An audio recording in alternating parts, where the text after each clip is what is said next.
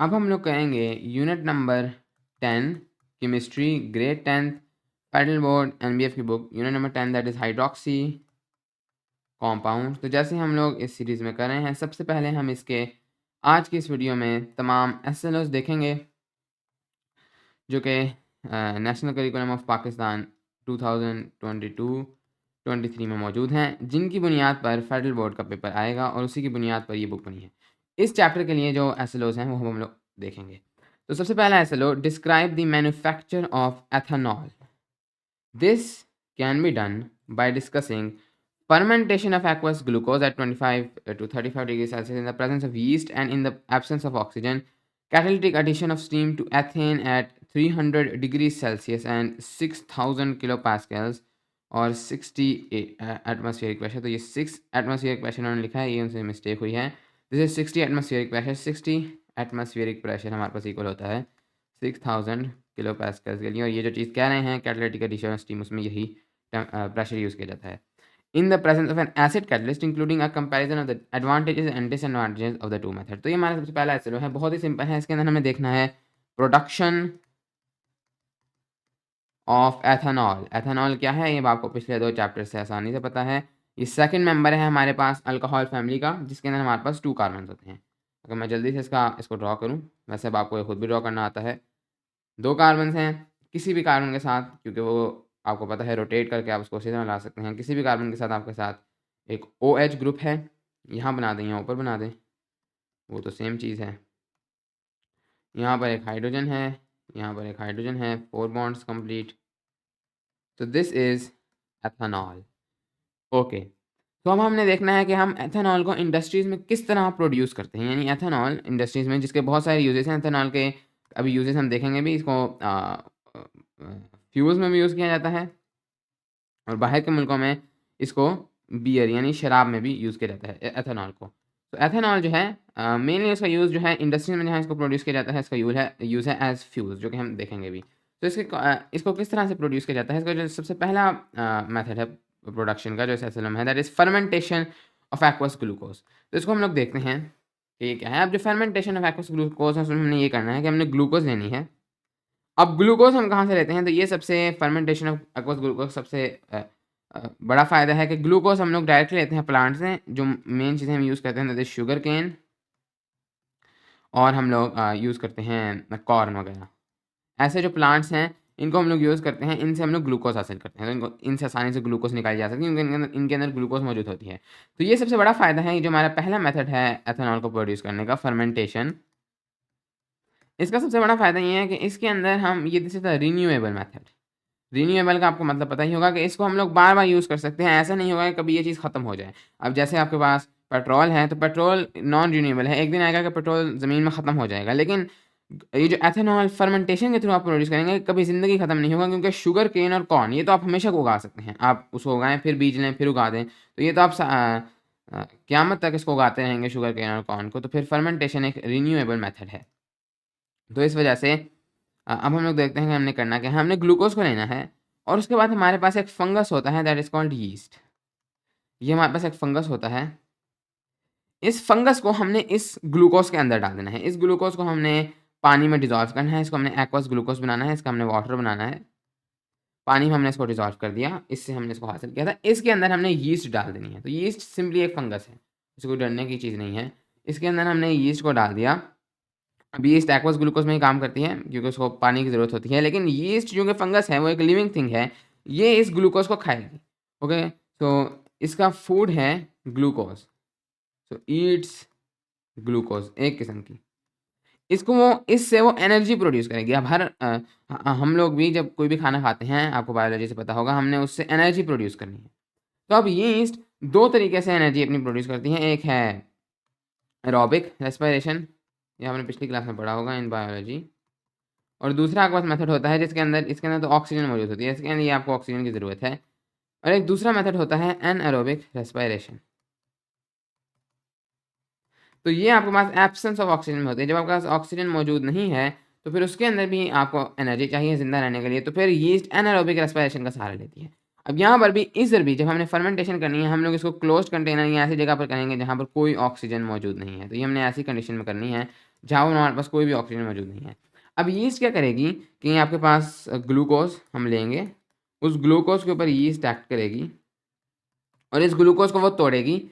जब वो ग्लूकोज़ को तोड़ती है तो आपके पास जब एनारोबिक होगी, ऑक्सीजन मौजूद नहीं होगी, ऑक्सीजन होगी फिर नहीं, लेकिन जब आपके पास ऑक्सीजन मौजूद नहीं होगी, तो ये आपके पास प्रोड्यूस करेगी एथेनॉल। इसके साथ-साथ ये आपके पास प्रोड्यूस करेगी, प्लस इसके साथ-साथ ये आपके पास प्रोड्यूस करेगी कार्बन डाइऑक्साइड गैस। ये चीज़ आप ये रिएक्शन होगी आपके पास, ग्लूकोज़ को तोड़ेगी, उसके साथ-साथ आपके पास कुछ एनर्जी भी रिलीज़ होगी, जिस एनर्जी को यीस्ट यूज़ करेगी ज़िंदा रहने के लिए। तो इधर से हमारे पास एथेनॉल को यीस्ट कुछ नहीं करेगी, वो बाहर ही आ जाएगी, इसका हम लोग यूज़ कर लेंगे। अब अगर मैं एक्चुअल रिएक्शन लिखूँ तो हमारे पास ग्लूकोज़ है C6H12O6, ये है हमारे पास एक ग्लूकोज़। तो एक ग्लूकोज़ के मॉलिक्यूल को यीस्ट लेगी और इसको वो तोड़ के प्रोड्यूस करती है। अगर हम लोग बैलेंस रिएक्शन लिखें तो 2 मॉलिक्यूल्स वो प्रोड्यूस करती है आपके पास एथेनॉल के, प्लस 2 मॉलिक्यूल्स वो प्रोड्यूस करती है कार्बन डाइऑक्साइड की, जो बबल अप कर जाएगी और इसी के साथ-साथ आपके पास एनर्जी भी प्रोड्यूस हो जाएगी। सो ये है हमारे पास एथेनॉल प्रोडक्शन। एथेनॉल हम ले लेंगे फ्रॉम फर्मेंटेशन। अब इसके अंदर एक चीज़ आपने नोट करनी है, ये जो एथेनॉल है, ये आपके पास ऐसे नहीं कि प्योर एथेनॉल निकल के आ जाएगी, ये आपके पास पानी में मिक्स होगी, उस ग्लूकोज़ के जो सॉल्यूशन था उसी के अंदर मिक्स हो जाएगी, क्योंकि वो वहीं पर प्रोड्यूस हो रही है, एक्वस ग्लूकोज़ के अंदर ही वो प्रोड्यूस हो रही है, इसी के अंदर ये मिल जाएगी। और ये ऐसा नहीं कि तमाम अगर आपने पहले ग्लूकोज़ डाली, तो तमाम की तमाम ग्लूकोज़ एथेनॉल में कन्वर्ट हो जाएगी। सिर्फ 15% आपके पास एथेनॉल यहाँ पर प्रोड्यूस होगी। क्यों? क्योंकि जैसे ही 15% एथेनॉल होगी, इससे ज़्यादा जब एथेनॉल यहाँ पर मिक्स हो जाएगी, तो यीस्ट उस एथेनॉल से मर जाएगी। यानी यीस्ट ज़िंदा ही नहीं रह सकेगी, क्योंकि एथेनॉल एक ज़हर की तरह उसको मार देगी। तो 15% के बाद आपकी यीस्ट तमाम खत्म हो जाएगी, आपको दोबारा से ये उस एथेनॉल को क्लियर करके दोबारा से यीस्ट डालनी पड़ेगी। तो इसका ये नुकसान ज़रूर है कि ये आपको बार-बार इसके अंदर यीस्ट डालनी पड़ेगी, जिसको बस डालने का लेबर है, वैसे वो मिल जाती है आसानी से। और इसके साथ-साथ ये जो एथेनॉल है जो मिक्स्ड है पानी के अंदर, इसको आपको डिस्टिलेशन के थ्रू, यानी आपको इसको अपने प्यूरिफिकेशन मेथड के थ्रू आपको अलग करना होगा एथेनॉल को, जो भी कोई इतना मुश्किल काम नहीं है, लेकिन फिर भी इसके अंदर आपको ये काम करना पड़ेगा। बट दिस इज़ एथेनॉल, लेकिन इसका बहुत बड़ा फ़ायदा है। इसका नंबर 1 फ़ायदा तो ये है कि आपके पास इसकी जो कंडीशंस हैं वो बहुत ही सिंपल हैं। आपको सिर्फ़ आम टेम्परेचर चाहिए, कोई बड़ी आपको इंडस्ट्री नहीं चाहिए, सिर्फ़ 25 से 35 डिग्री सेल्सियस पर ये हो जाएगा। और इसी के साथ-साथ आपको सिर्फ़ यीस्ट चाहिए और कुछ आपको ग्लूकोज़ चाहिए, जो आप ईज़िली शुगर केन कॉर्न से ले सकते हैं। ये रिन्यूएबल है और इसी के साथ-साथ ये पॉल्यूशन फ्री है। यानी कि इसको हम कहते हैं कार्बन न्यूट्रल। ये आपके पास कोई पॉल्यूशन कॉज़ नहीं करेगी। तो इससे आपके पास कोई पॉल्यूशन कॉज़ नहीं होगी, क्योंकि ये कोई भी जो मेन पॉल्यूशन है जो आती है फ्यूल से, दैट इज़ कार्बन डाइऑक्साइड, वो आपका सीधा नहीं आएगी। अब यहाँ पर हमारे पास कार्बन डाइऑक्साइड प्रोड्यूस ज़रूर होती है, लेकिन ये ऐसी ही बात है कि ये प्रोड्यूस नहीं होती, क्योंकि ये जो हमारे पास एथेनॉल है, फर्मेंटेशन में हम एथेनॉल ले कहाँ से रहे हैं? हम एथेनॉल ले रहे हैं शुगर केन और कॉर्न से। अब अगर हम लोग शुगर केन और कॉर्न को ख़ास तौर पे इस मकसद के लिए उगाएँ कि हमने इससे ग्लूकोज़ हमने इससे एथेनॉल लेनी है, हम पहले इसको नहीं उगाते थे। अगर तो हम पहले इसको खाने के लिए उगाते थे, उसी से ले लेंगे, फिर तो हमें नुकसान होगा। लेकिन पहले हमारे पास ज़मीन खाली पड़ी थी, हम उस पे ख़ास तौर पे इस मकसद के लिए उगाते हैं। तो फिर ये जो शुगर केन और कॉर्न है, ये फ़ोटोसिंथेसिस करेंगे, उसके थ्रू ये कार्बन डाइऑक्साइड को एक्चुअली में अपने अंदर लेंगे। तो एक ग्लूकोज़ के मॉलिक्यूल को फ़ॉर्म करने के लिए ये 2 कार्बन डाइऑक्साइड के मॉलिक्यूल्स अंदर लेंगे, और यहाँ पर भी जब हमने एक ग्लूकोज़ के मॉलिक्यूल को तोड़ा है, तो 2 ही बाहर आए हैं। तो एक्चुअली में जो यहाँ पर मॉलिक्यूल्स बाहर आए हैं, ये एक्चुअली में हवा के अपने ही मॉलिक्यूल्स हैं, जो हमने पहले अंदर ले लिए थे। तो ओवरऑल आपके पास कोई ना कार्बन डाइऑक्साइड अंदर आई है, ना कोई आपके पास बाहर गई है। हाँ, लेकिन अगर आप लोग असली में जो ट्रीज़ मौजूद हैं, उनको काटना शुरू कर देंगे, तो फिर नुकसान ज़रूर होगा, क्योंकि तब आपके पास अगर वो ट्रीज़ रहते, तो मज़ीद वो कार्बन डाइऑक्साइड अब्ज़ॉर्ब कर लेते। तो इस वजह से ये कार्बन न्यूट्रल फ्यूल है, क्योंकि जो कार्बन डाइऑक्साइड ये रिलीज़ करता है, वो ऑलरेडी प्लांट्स ने अब्ज़ॉर्ब की थी, तो कोई नई कार्बन डाइऑक्साइड इसने प्रोड्यूस नहीं की। इसके मुकाबले में जो आपके पास फॉसिल फ्यूल्स हैं, वो इसके उलट हैं, वो एक्चुअली में कार्बन डाइऑक्साइड बाहर निकालते हैं। हालाँकि फॉसिल फ्यूल्स भी आते प्लांट से ही हैं। फॉसिल फ्यूल्स के अंदर से भी आप जो कार्बन डाइऑक्साइड को बाहर निकालते हैं, वो एक वक़्त में प्लांट्स ने अपने अंदर ली थी। लेकिन ये चूँकि काम काफ़ी मिलियंस ऑफ ईयर्स अगो हुआ था, तो आपको उस स्टेज पर वापस नहीं जाना। तो यहाँ पर जब फॉसिल फ्यूल्स अब आकर इस कार्बन डाइऑक्साइड को रिलीज़ करेंगे, तो अब ये हमारे लिए नुकसानदेह होगी। लेकिन जो आपके पास एथेनॉल है, अगर हम उसको एज़ अ फ्यूल यूज़ करते हैं, उसको जलाते हैं, तो उससे हमारे पास तो चलिए मैं इसको यहाँ पर लिखता हूँ ताकि ये चीज़ हमें क्लियर हो जाए, राइट? तो थोड़ा-सा हम एक आइडिया ले सकें। हम ये कहते हैं कि सबसे पहले हम लोग प्लांट से हम लोग ग्लूकोज़ प्रोड्यूस करते हैं, फॉर एग्ज़ाम्पल शुगरकेन वगैरह। अब ये ग्लूकोज़ प्रोड्यूस कैसे होती है? तो प्लांट्स 1 मॉलिक्यूल ऑफ ग्लूकोज़ को जब प्रोड्यूस करते हैं फ्रॉम फोटोसिंथेसिस, आपको पता है फोटोसिंथेसिस के दौरान का प्लांट्स कार्बन डाइऑक्साइड लेते हैं, तो 1 मॉलिक्यूल ऑफ ग्लूकोज़, तो इससे आपके पास जो कार्बन डाइऑक्साइड अंदर ली जाती है, यानी प्लांट जो हवा से कार्बन डाइऑक्साइड अंदर लेते हैं, 6 मॉलिक्यूल्स ऑफ CO2 वो अंदर लेते हैं, ठीक है? 1 मॉलिक्यूल ऑफ ग्लूकोज़ को प्रोड्यूस करने के लिए। तो ये तो हो गया प्लांट्स ने जब ग्लूकोज़ बनाई थी। अब जब आप इस ग्लूकोज़ को यीस्ट के थ्रू इसको एनारोबिकली रेस्पायर करेंगे, सो इसके ऊपर अगर आप यीस्ट को एक्ट करेंगे, तो अब ये आपके पास प्रोड्यूस करेगा पर molecule of glucose 2 carbon dioxide atoms, right? हमने ऊपर देखा है ये वाले। इसके साथ-साथ ये आपके पास प्रोड्यूस करेगा एथेनॉल। तो 2 कार्बन डाइऑक्साइड के एटम्स इधर है, बाकी जो 4 कार्बन ऑक्साइड के एटम्स बचे वो इस एथेनॉल के अंदर स्टोर हो जाते हैं। अब यहाँ पर आपके पास मज़ीद जब आप एथेनॉल को बर्न करेंगे, क्योंकि आपने असली फ्यूल तो अभी एथेनॉल को यूज़ करना है जब आप इसको जलाएँगे। अभी तो एथेनॉल फ्यूल के तौर पे यूज़ नहीं हो रहा, अभी तो एथेनॉल सिर्फ़ बना है तभी कार्बन डाइऑक्साइड निकलेंगे, लेकिन अभी आपने एथेनॉल को जलाना भी है। जब आप 1 मॉलिक्यूल ऑफ एथेनॉल को बर्न करेंगे तो आपके पास 2 मॉलिक्यूल्स ऑफ कार्बन डाइऑक्साइड मज़ीद निकलेंगे। लेकिन आप देखेंगे आपके पास 1 मॉलिक्यूल ऑफ ग्लूकोज़ से 2 मॉलिक्यूल्स ऑफ एथेनॉल निकले थे। अगर आप 2 मॉलिक्यूल्स ऑफ एथेनॉल को बर्न करें तो आपके पास 4 molecules of carbon dioxide release होंगे। अब अगर आप देखें, 1 मॉलिक्यूल ऑफ ग्लूकोज़ को बनाने के लिए लगे 6 कार्बन डाइऑक्साइड के मॉलिक्यूल्स। ये हमारे पास गए यानी इनटू प्लांट आप कह लें, इनटू प्लांट या into plant out of air. मैं इसको लिखता हूँ आउट ऑफ एयर, हवा से ये खत्म हो गए। लेकिन जब हमने इसी ग्लूकोज़ को हमने यीस्ट के थ्रू फर्मेंट किया और फिर हमने एथेनॉल प्रोड्यूस की, तो हमारे पास ओवरऑल जो कार्बन डाइऑक्साइड के एटम्स बाहर गए हवा में इनटू एयर, वो कितने थे? वो भी थे हमारे पास 6। तो 6 पहले 6 हवा से निकाले गए, फिर 6 हवा के अंदर आ गए। तो नेट कितने हुए? यानी कार्बन डाइऑक्साइड हवा के अंदर आई कितनी? 0। तो इसीलिए एथेनॉल एक कार्बन न्यूट्रल फ्यूल है। हमने प्लांट को प्रोड्यूस ही इसलिए किया था कि वो हमारे पास ग्लूकोज़ प्रोड्यूस करे, उससे हम लोग फिर एनर्जी ले लें। तो एक किस्म की यहाँ पर हमने एथेनॉल को बर्न करके जो हम एनर्जी लेते हैं, वो कौन-सी है? वो एक किस्म की सोलर एनर्जी है। क्योंकि हमने यही एनर्जी स्टोर की थी ग्लूकोज़ के अंदर जब प्लांट्स ने लाइट को यूज़ किया था। प्लांट्स फोटोसिंथेसिस में लाइट को यूज़ करते हैं, उस एनर्जी को यूज़ करते हैं ग्लूकोज़ फ़ॉर्म करने के लिए और उसी को हमने रिलीज़ कर दिया है। तो ये एक किस्म का सोलर सेल है अगर हम एथेनॉल फ्रॉम फर्मेंटेशन प्रोड्यूस करें, इससे कोई पॉल्यूशन हमारे पास नहीं फैलेगी। इसके मुकाबले में अगर हम फॉसिल फ्यूल्स को देखें, तो फॉसिल फ्यूल्स होंगे कई मिलियंस ऑफ ईयर्स अगो हमारे पास इस तरह फ़ॉर्म हुए थे। हालाँकि उनके अंदर भी पहले प्लांट्स ने जो भी एनिमल्स थे उन्होंने कार्बन डाइऑक्साइड अपने अंदर ली थी, उनका जो भी आपके पास मटीरियल है उसको फ़ॉर्म करने के लिए। लेकिन चूँकि अगर हम अब उसको जलाएँगे तो उससे जो कार्बन डाइऑक्साइड रिलीज़ होगी वो उसको उस कंडीशन पे वापस ले जाएगा जो हमारे पास मिलियंस ऑफ ईयर्स अगो थे। हालाँकि हम उस कंडीशन में वापस नहीं जाने चाहते क्योंकि उस वक़्त ज़िंदगी पॉसिबल नहीं थी अर्थ के ऊपर।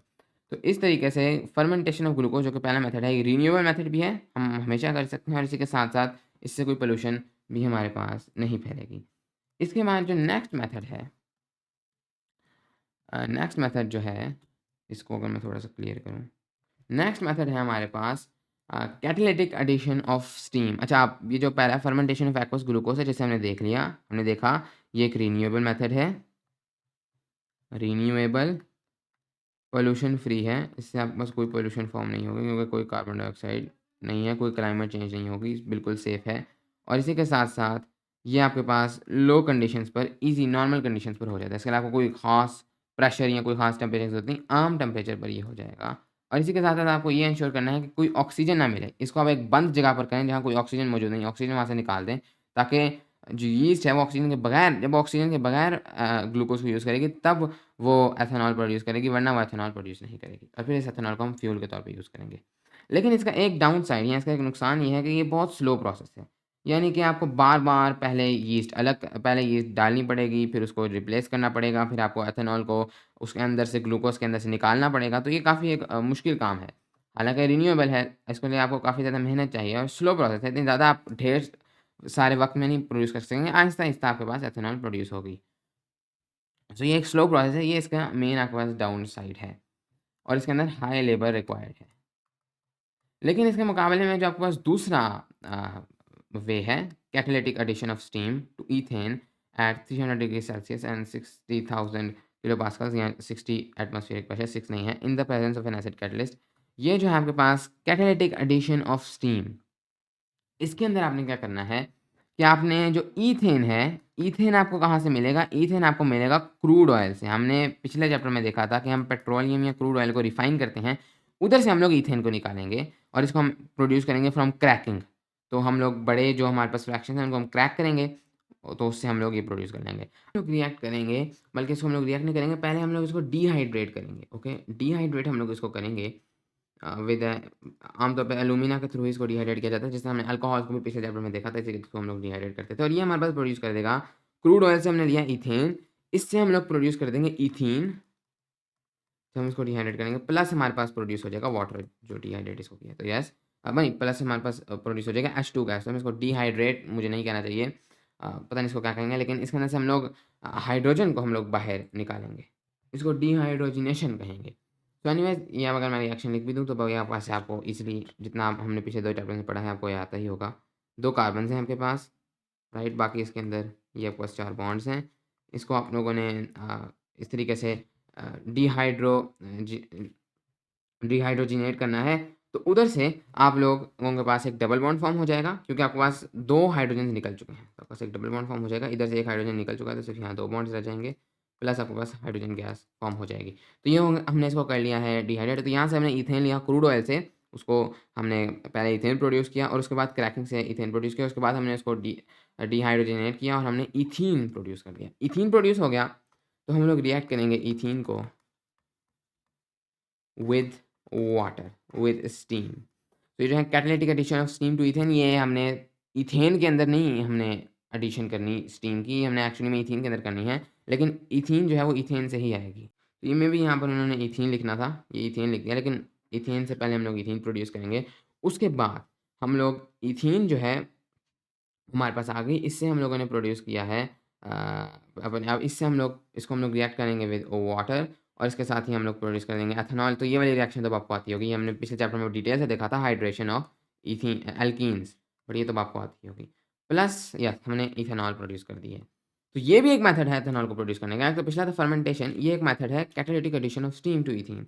अब इसके क्या फ़ायदे और नुकसान आते हैं, अब इसको भी हम आगे फ्यूल के तौर पर यूज़ करेंगे। सबसे बड़ा इसका जो नुकसान है that is this is non renewable, क्योंकि इसके अंदर आप लोग जो इथीन ले रहे हैं, जिसके जिसके अंदर आपने स्टीम को ऐड करना है, और ये कैटालिटिक है, इसके लिए आपको बहुत ज़्यादा टेम्परेचर 300 डिग्रीज़ टेम्परेचर मेंटेन रखना होगा, जिसके लिए बहुत एनर्जी लगेगी, प्लस आपको इतना ज़्यादा टेम्परेचर 60 एटमॉस्फेरिक टेम्परेचर भी मेंटेन रखना होगा। एनीवेज़ ये तो नॉन रिन्यूएबल है, ये क्रूड ऑयल से आ रहा है, क्रूड ऑयल एक वक्त आएगा ख़त्म हो जाएगा। इसके बाद जिसका दूसरा मसला है, this is not carbon neutral, this is it will cause pollution, क्योंकि जब आप इसके बाद एथेनॉल को बर्न करेंगे, तो एथेनॉल को बर्न करने की तो वही रिएक्शन है जो मैंने आपको बताई थी। इससे आपके पास 2 कार्बन एटम्स पर आपके पास 2 कार्बन डाइऑक्साइड मॉलिक्यूल्स पर मॉलिक्यूल ऑफ एथेनॉल जब आप उसको बर्न करेंगे रिलीज़ होगा, तो उससे कार्बन डाइऑक्साइड आपके पास हवा में रिलीज़ हो जाएगी। ये पिछले मेथड की तरह नहीं है जिसमें हमने कार्बन डाइऑक्साइड, ये वही कार्बन, पिछले मेथड में तो वही कार्बन डाइऑक्साइड रिलीज़ होती थी जो हमने पहले अंदर ली थी। यहाँ पर जो कार्बन डाइऑक्साइड रिलीज़ हो रही है, ये फॉसिल फ्यूल से आ रही है, और फॉसिल फ्यूल्स के अंदर जो कार्बन डाइऑक्साइड है वो हमारे आम जो नॉर्मल कंडीशन है उसके प्लांट से नहीं, उन्होंने नहीं ली थी, वो तो बहुत पुरानी बात है। तो उधर से हम लोग एक्चुअली में हमारी एयर में ऐड कर रहे हैं कार्बन डाइऑक्साइड को, तो इससे हमारे पास पोल्यूशन कॉज़ होगा और हमारे पास क्लाइमेट चेंज भी कॉज़ होगी। इसी के साथ-साथ इसके लिए आपको बहुत ज़्यादा हाई कंडीशंस रिक्वायर्ड है, यानी सेवेयर कंडीशंस हम इनको कह सकते हैं। इतना ज़्यादा टेम्परेचर, इतना ज़्यादा प्रेशर रिक्वायर्ड है, क्योंकि एक कैटालिटिक है, इसके अंदर एक कैटलिस्ट यूज़ होगा। Severe conditions, acid catalyst use होगा, उन्होंने बताया है। आमतौर पे मतलब फॉस्फोरिक एसिड या सल्फ्यूरिक एसिड, बहुत ज़्यादा सेवेयर कंडीशंस के लिए भी आपके पास एनर्जी लगेगी, लेकिन इसके फ़ायदे क्या हैं? क्योंकि आम तौर पे आज भी इथेनॉल आम तौर पे इसी तरीके से प्रोड्यूस की जाती है। इसका क्या रीज़न है? हालाँकि हमारे पास दूसरा मेथड मौजूद है, लेकिन इसको क्यों यूज़ करते हैं? इसका रीज़न ये है कि दिस इज़ वेरी फ़ास्ट। तो पिछला बहुत स्लो था, लेकिन अगर आपको वाक़ई में बहुत ज़्यादा पैसे बनाने हैं, तो आपको बहुत ज़्यादा तेज़ी से एथेनॉल प्रोड्यूस करनी होगी। ये बहुत फ़ास्ट है। सिंपली आप जल्दी-जल्दी इथीन बनाते जाते हैं, उसके अंदर स्टीम से रिएक्ट करते जाते हैं, इथेनॉल आती जाती है, उसमें तो आहिस्ता-आहिस्ता यीस्ट उसको एथेनॉल में कन्वर्ट करते हैं। This is very fast. इसी के साथ-साथ फर्मेंटेशन में आपको पहले बहुत लंबा प्रोसेस था। पहले आप उगाएँगे शुगर केन, वो बड़ी होगी, फिर उससे ग्लूकोज़ लेंगे। इसके अंदर कोई इतना लंबा प्रोसेस नहीं है। हाँ, पिछले में ये मसला भी था कि उसके लिए आपको बहुत ज़्यादा लैंड की रिक्वायरमेंट थी शुगर केन उगाने के लिए, क्योंकि ये हमने वही शुगर केन नहीं यूज़ करनी फर्मेंटेशन में जो आप खाने के लिए यूज़ करते हैं, फिर आप खाएँगे क्या? तो आपने अलग से उगानी है। तो एक तो ये कि ये आपके पास बहुत ज़्यादा फ़ास्ट मेथड है, और इसी के साथ-साथ इसके लिए आपको लैंड रिक्वायरमेंट इतनी ज़्यादा नहीं है। सो नो लैंड रिक्वायरमेंट, ये आसानी से आपके पास इंडस्ट्री में हो जाएगा। लेकिन अगेन ये आपके पास रिन्यूएबल नहीं है, तो आहिस्ता-आहिस्ता दुनिया फर्मेंटेशन की तरफ ही शिफ्ट हो रही है कि वर्टिकल फार्मिंग और ऐसे मेथड्स के थ्रू आप लोग ज़्यादा ग्लूकोज़ प्रोड्यूस करें, लेकिन करें फर्मेंटेशन, क्योंकि इससे ना पॉल्यूशन फॉर्म होगी और ये रिन्यूएबल भी है। कैटालिटिक एडिशन हालाँकि ये यूज़ होती है, लेकिन इससे आपको कंडीशंस भी इतनी ज़्यादा चाहिए, डेंजरस भी है, उसके साथ-साथ पॉल्यूशन भी कॉज़ होगी और ये रिन्यूएबल भी नहीं है। बट एनीवेज़ ये हमारे पास 2 मेथड्स हैं एथेनॉल को प्रोड्यूस करने के। इसके बाद एसएलओ में वो आपको ये भी कहते हैं कि आप एक कंपैरिज़न करें इसके बाद का जो ऐसे लोग का पार्ट है, comparison of the advantages and disadvantages of the 2 methods. तो इन दोनों मेथड्स के एडवांटेजेस क्या हैं और डिसएडवांटेजेस क्या हैं, तो वो मैंने तकरीबन बता दिए हैं। ये आपके पास एडवांटेजेस थे फर्मेंटेशन के, डिसएडवांटेजेस थे फर्मेंटेशन के, और आपके पास एडवांटेजेस थे ये डिसएडवांटेजेस थे आपके पास steam catalytic addition of steam to ethene, और एडवांटेजेस थे आपके पास catalytic addition of steam to ethene.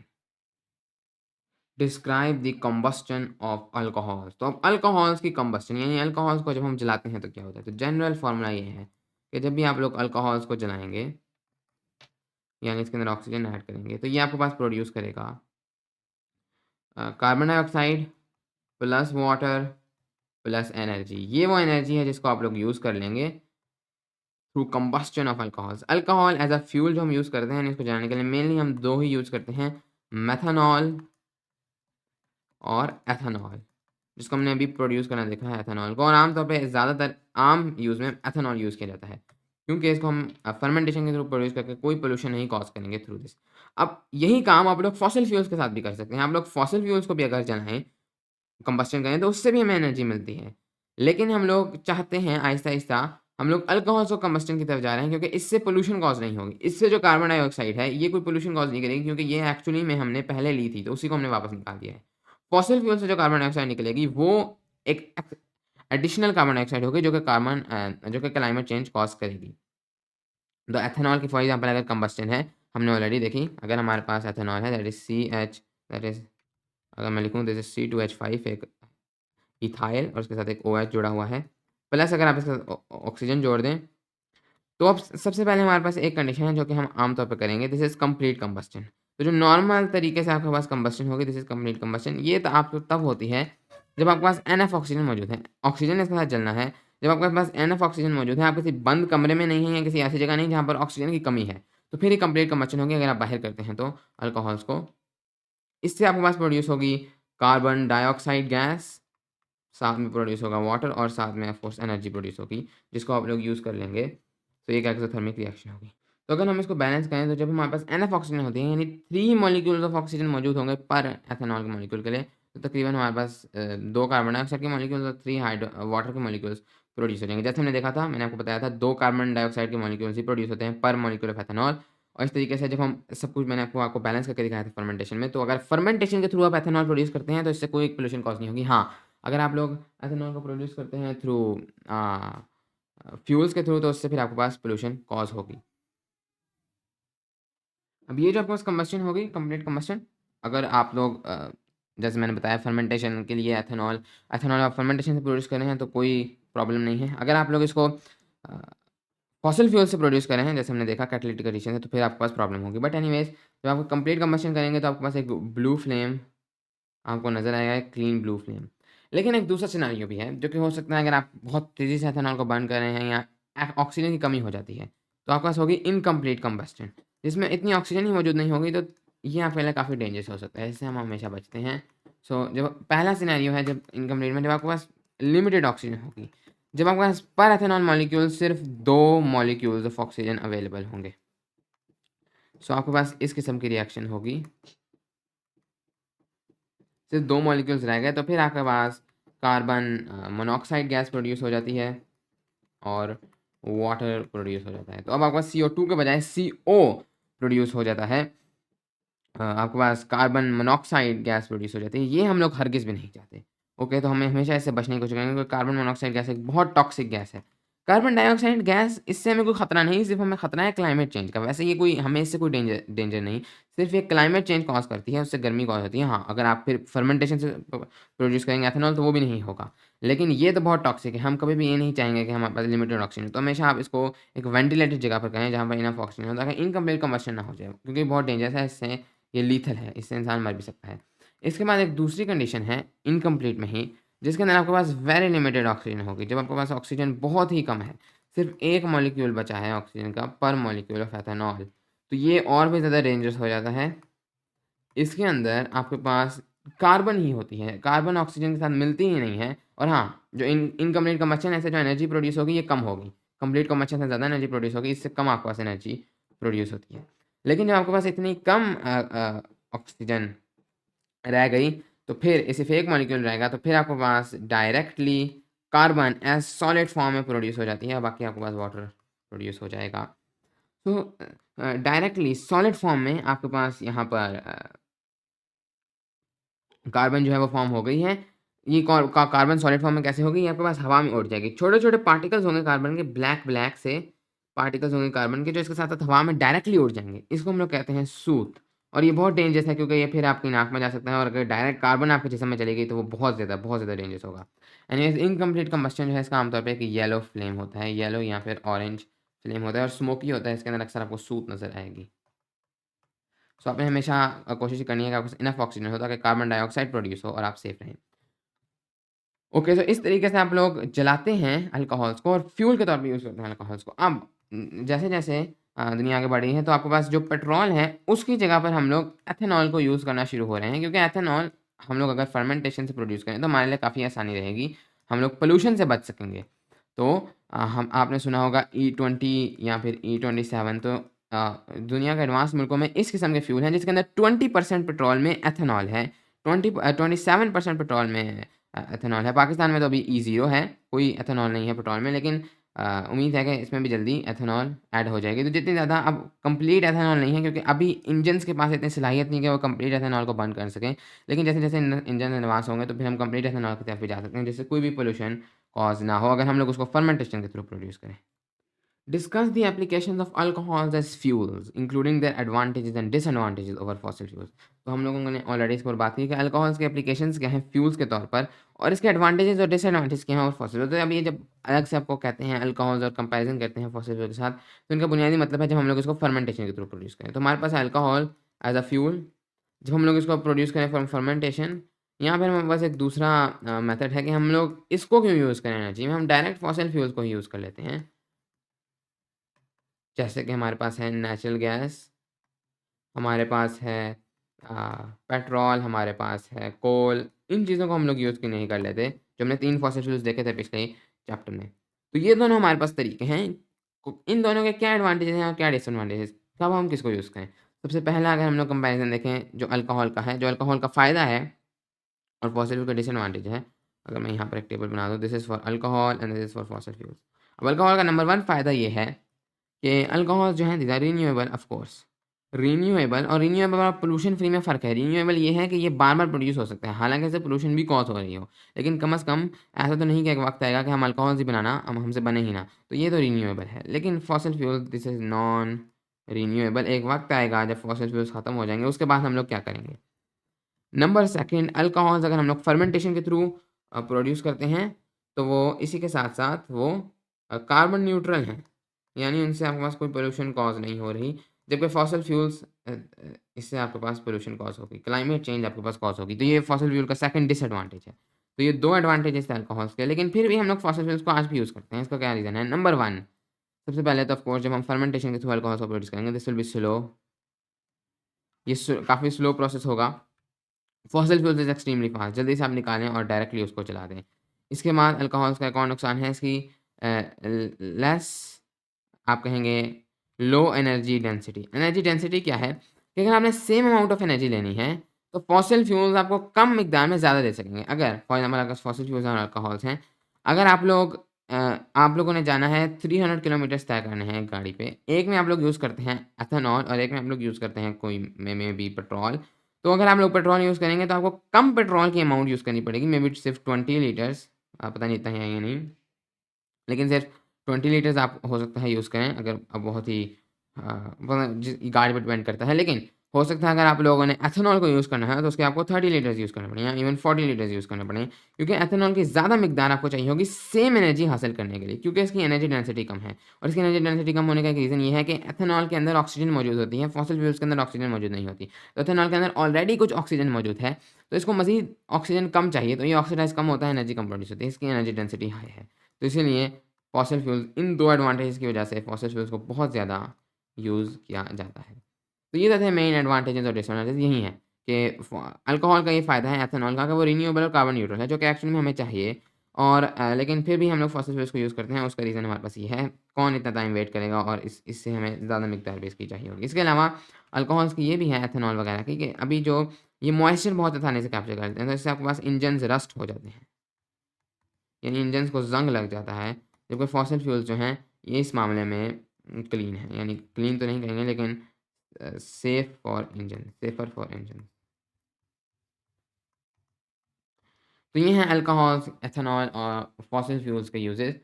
अब इसके बाद हाँ, आपके पास जो तरीका है वो ये है कि हम इन दोनों को मिक्स करते हैं। जैसे मैंने बताया E20 फ्यूल्स में यूज़ किया जाता है कि ऐसा नहीं है कि आपके पास कंप्लीट एथेनॉल है, लेकिन ऐसा भी नहीं कि कंप्लीट पेट्रोल है। 20% उसके अंदर एथेनॉल होगा और आहिस्ते-आहिस्ते इसको बढ़ाते जाएँ ताकि आपके पास पोल्यूशन कम से कम हो। तो ये था हमारा एसएलओ कि इसकी एप्लीकेशन क्या है फ्यूल के तौर पे। हम लोग मेथनॉल और एथेनॉल को आम तौर पे यूज़ करते हैं एज़ फ्यूल्स और इनके एडवांटेजेस और डिसएडवांटेजेस क्या हैं ओवर फॉसिल फ्यूल्स। इसको वैसे गैसोहॉल कहा जाता है। तो गैसोहॉल यानी जिसके अंदर आपने गैसोलीन या पेट्रोल को मिक्स कर दिया है विद अल्कोहल। हाँ, इसके अंदर हमने भी एथेनॉल और मेथनॉल दोनों को एज़ अ फ्यूल यूज़ किया है अल्कोहल्स में। मेनली आपके पास जो क्लीन फ्यूल है that is ethanol for the timing, क्योंकि एथेनॉल फर्मेंटेशन के थ्रू प्रोड्यूस होता है। मेथनॉल फर्मेंटेशन के थ्रू प्रोड्यूस नहीं होता, लेकिन फिर भी इसका एक और तरीका है बायोमास के थ्रू प्रोड्यूस करने का, जिससे मेथनॉल को भी काफ़ी हद तक रिन्यूएबल बनाया जा सकता है। अच्छा, और एक आखिरी एडवांटेज और डिसएडवांटेज मुझे भी याद आया, वो है कि अल्कोहल्स मोस्टली आपके पास कंप्लीटली जो है वो बर्न होते हैं। तो अगर आपके पास ऑक्सीजन कम भी है तब भी अक्सर औक़ात ये कंप्लीटली बर्न होते हैं, क्योंकि इनको इतनी ज़्यादा ऑक्सीजन नहीं चाहिए। इनके अंदर ऑलरेडी एक ऑक्सीजन मॉलिक्यूल मौजूद होता है। कंप्लीटली बर्न, तो इनको सिर्फ़ 3 मॉलिक्यूल्स ऑफ ऑक्सीजन चाहिए, जबकि जो गैसोलीन है या पेट्रोल है या फॉसिल फ्यूल्स है, इनको ज़्यादा मॉलिक्यूल्स ऑफ ऑक्सीजन चाहिए होते हैं। तो ये आम तौर पे अक्सर आपके पास कार्बन मोनोऑक्साइड एंड सूट ज़्यादा प्रोड्यूस कर सकते हैं। हालाँकि वो प्रोड्यूस ये भी कर सकते हैं। एनीवेज़ नेक्स्ट एसएलओ की तरफ चलेंगे। Explain the role of alcohols in various industries such as pharmaceuticals, cosmetics and fuel productions। तो अल्कोहल्स की क्या-क्या एप्लीकेशंस हमारे पास मौजूद हैं? सबसे पहले है हमारे पास pharmaceuticals. Pharmaceuticals means medical industry में। मेडिकल इंडस्ट्री में अल्कोहल्स बहुत ज़्यादा ज़रूरी हैं कि मेन आपके पास 2 यूजेज़ हैं मेडिकल इंडस्ट्री में। नंबर 1 है आपके पास सॉल्वेंट। सॉल्वेंट का क्या यूज़ है? तो आपके पास वाटर ज अप कई सारी मेडिसिन्स के लिए आपको एक सॉल्वेंट की ज़रूरत होती है, जिसके अंदर जो एक्चुअल मेडिसिन है आपने उसको डिसॉल्व करना है। आम तौर पे तो वाटर एक सॉल्वेंट है, उसके अंदर आप नमक भी डिसॉल्व करते हैं, शुगर भी डिसॉल्व करते हैं, लेकिन अक्सर मेडिसिन्स वाटर के अंदर डिसॉल्व नहीं होती। क्योंकि जिस तरह आपके पास लिपिड्स वगैरह हैं, ये आपके पास वाटर के अंदर डिसॉल्व नहीं होते। लेकिन जो अल्कोहल्स हैं, प्राइमरी एथेनॉल वगैरह, बल्कि आइसोप्रोपाइल, इस तरह के जितने भी अल्कोहल्स हैं, ये आपके पास नेचुरल सॉल्वेंट्स होते हैं, ऑर्गेनिक सॉल्वेंट्स होते हैं। इनके अंदर आसानी से ये मेडिसिन्स वगैरह डिसॉल्व हो जाती हैं। तो सबसे पहले मेडिसिन को प्रिपेयर करने के लिए अल्कोहल्स बहुत ज़रूरी हैं। इसके साथ-साथ तो इनका दूसरा फंक्शन है, that is as a disinfectant. तो नाम से पता चलता है कि डिस और यहाँ इन्फेक्शन से निकला है। ये आपके पास ये जो आपके पास अल्कोहल्स हैं, अगर आप इनको कहीं पर भी अप्लाई करें तो ये बहुत ईज़िली जो बैक्टीरिया हैं उनको किल करते हैं और वायरसेस को किल करते हैं, उनकी वॉल्स को ये डैमेज कर देते हैं।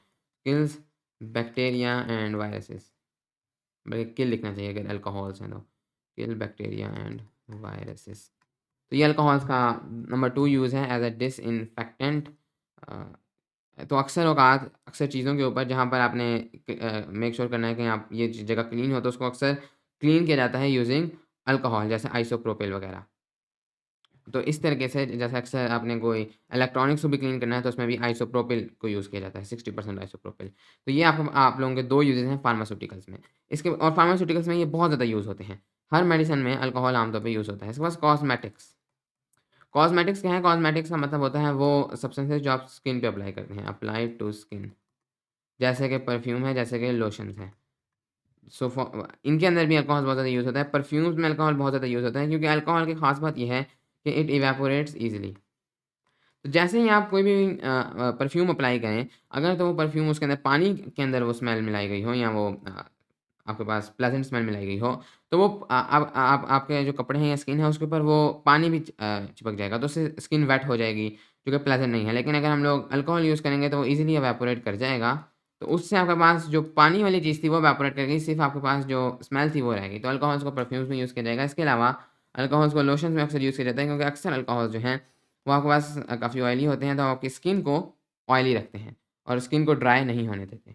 तो कॉस्मेटिक्स में भी अल्कोहल को यूज़ किया जाता है। फिर आखिरी है जो कि हमने बहुत डिटेल से ऑलरेडी पढ़ लिया, फ्यूल प्रोडक्शन। फ्यूल में अल्कोहल्स बहुत ज़्यादा यूज़ अभी तो नहीं किए जाते, लेकिन आहिस्ते-आहिस्ते किए जाएँगे, क्योंकि इनका फ़ायदा बहुत ज़्यादा है। प्राइमरी एथेनॉल और मेथनॉल। फिर वो आपको कहते हैं discuss the impact of alcohols on daily life including there use as solvents and disinfectants. तो ये हमने ऑलरेडी बात कर ली कि कैसे हम लोग अल्कोहल को सॉल्वेंट्स एंड डिसइंफेक्टेंट्स में यूज़ कर सकते हैं। ओके, इसके साथ ही हमारा ये चैप्टर और हमारे ये चैप्टर्स के तमाम एसएलओस कंप्लीट हो गए। अब हम लोग इसी एक्सरसाइज को देखेंगे। Thank you.